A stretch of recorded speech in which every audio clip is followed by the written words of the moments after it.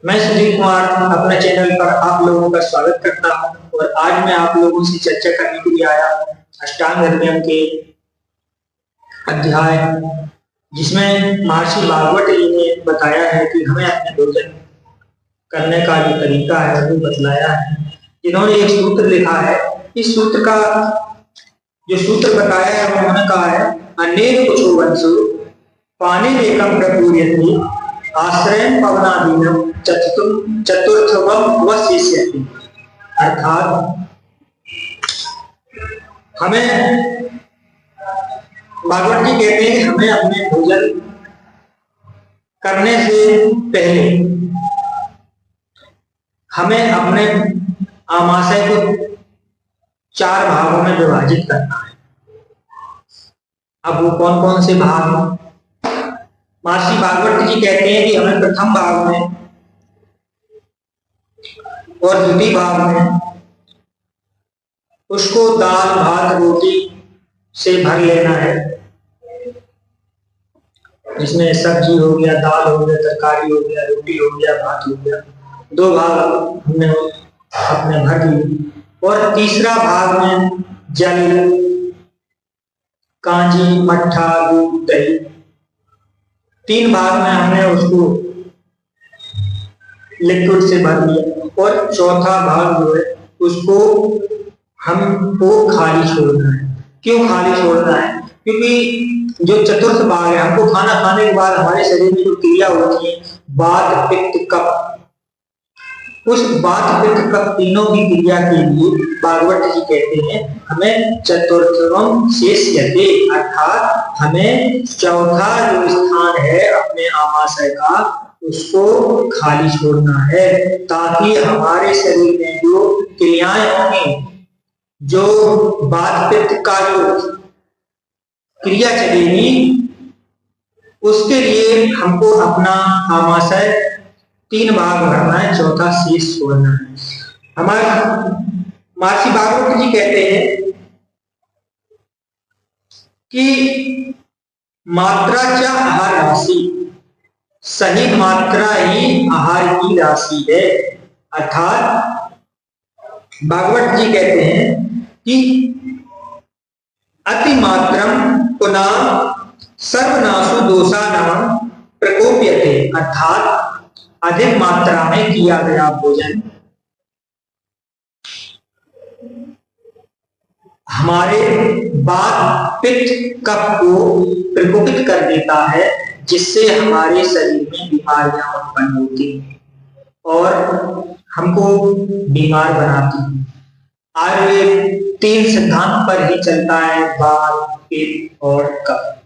हम जब भोजन करते हैं उसके बाद हमारे शरीर में तीनों क्रियाएं होती हैं। जब हम पूरा भरपेट भोजन कर लेते हैं, यहाँ तक गले तक खा लिया, और उसके बाद हमारे शरीर में वात पित्त के कफ के लिए कोई जगह शेष नहीं बचती, तो हमको गैस बनती है, हमको उल्टी सी आती है, खाना डाइजेस्ट होने में टाइम लगता है। और यदि हम अपनी भूख से 1/3 खाना खाएं, चौथा भाग शेष रखें, तो हम कभी बीमार नहीं होंगे। जो हमारी जठराग्नि है वो प्रदीप्त रहेगी, और जो हमारा जो पाचन क्रिया है, जो हमारा डाइजेस्टिव सिस्टम है वो मजबूत रहेगा। और डाइजेशन सिस्टम जब मजबूत रहेगा, जो हमारे जो रस होते हैं, भागवत जी ने सब 7 रसों को बताया है, रस धातु, रक्त, मांस, मेद, अस्थि, मज्जा और शुक्र। जो भी हम खाना खाते हैं उसका जो रस है, जो एक्सट्रैक्ट है, सबसे पहले वही हमारा आमाशय में जो बनता है उसको हमारी आंतों में अवशोषित करके हमारे ब्लड में उसको मिला दिया जाता है, फिर वो उससे रक्त बनता है, रक्त से रस, रक्त, मांस, मांस बनता है, मेद, अस्थि, मज्जा, शुक्र, सप्त धातुओं का बताया है। हमारे शरीर में जो सब 7 धातुएं होती है, वो उनका जो मुख्य जो घटक है वो हमारा भोजन है। हम जैसा भोजन खाएंगे वैसा रस बनेगा, वैसी हमारी बुद्धि होगी, वैसा ही हमारे आचार विचार होंगे। अब आचार्य भागवत जी कहते हैं कि हमें खाना जो भोजन करना है वो कैसा करना है और उसकी आहार जो लेना है वो कैसा आहार लेना है।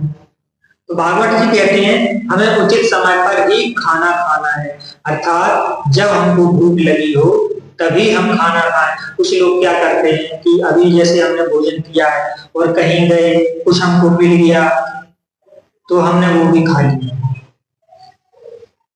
ये नहीं करना है, क्योंकि अभी आपने जो भोजन किया है वो पचा नहीं, आपने और ऊपर से डाल दिया, ये विषमासन हो जाता है, इसको विषमासन कहते हैं। तो इससे भी आदमी बीमार हो जाता है। तो हमें खाना, एक बार खाना खाने के बाद जब तक वो पच ना जाए, जब तक उसका डाइजेशन हो ना जाए, जब हमें भूख लगे तभी हमको पानी पीना है और तभी हमको खाना खाना है। जब हमको प्यास लगे तभी पानी पीना है। कुछ लोग पानी अगर जबरदस्ती पी लेते हैं, प्यास नहीं तो वो भी हमारी अग्नि को बंद करता है। इसलिए भागवत जी कहते हैं और हमें आहार में क्या करना है, प्रकृति के अनुकूल भोजन करना है। प्रकृति क्या है, प्रकृति जैसे हमारी गर्मियों का मौसम चल रहा है तो गर्मियों में हमको गर्म चीज नहीं खानी, उसकी जगह लिक्विड लेना है, जैसे गन्ने का रस हो गया, बेल का शरबत हो गया। तो भागवत जी कहते हैं जो भोजन ऐसा हो जो प्रकृति के अनुकूल हो। दूसरा उन्होंने बताया जो पवित्र हो, साफ हो, सुंदर हो, जो सच्चे मन से बनाया गया हो, तो साफ सफाई का जिसमें किसी ध्यान किया गया हो, हमें वो भोजन ग्रहण करना चाहिए। और जो स्वास्थ्य वर्धक हो, जो हमारे स्वास्थ्य के लिए लाभदायक हो, जिसमें हमारे शरीर को हानि न पहुंचे, हमें वो भोजन करना चाहिए। और हमारे भागवत के आगे बताते हैं हमें ऐसा भोजन करना चाहिए जो सुपाच्य हो, जो लघु हो, जो पचने में हल्का हो, जिसको पचाने में हमारे शरीर को ज्यादा दिक्कत ना आए, परेशानियां ना आए, तो हमें सुपाच्य भोजन करना चाहिए।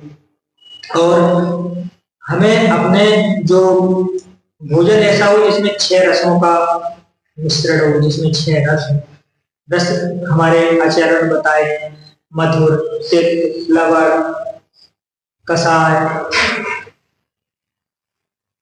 तो इन 6 रसों से युक्त हमारा आहार होना चाहिए। और हमको जो भोजन करना है वो ना जल्दी करना है ना देर से करना है, हमें मन लगाकर खाना खाना है। और खाना खाते वक्त ना मुझे किसी से बात करनी है, ना मुझे मोबाइल देखना है, ना मुझे टीवी देखनी है। यदि आपको खाना खाना है आप चबा चबा कर अपने शांत मन से, एकाग्र मन से भोजन करें।